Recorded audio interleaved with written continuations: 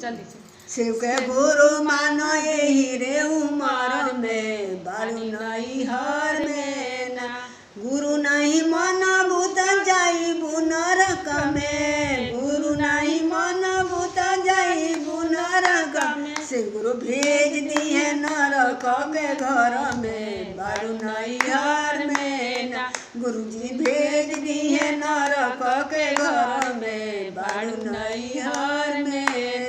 गुरु तू मन लुदा जाई सरग में गुरु तू मन बुता जाई सरग में शिव गुरु भेज दिए सरग के घर में बारू नैहर में गुरु जी भेज दिए सरग के घर में बारू नैहर में ना शिव के गुरु मान यही रे उमर में बारू नैहर में ना पहिला में दया मंगिया दूसरे में चरचा पहिला में दया मंगिया दूसरे में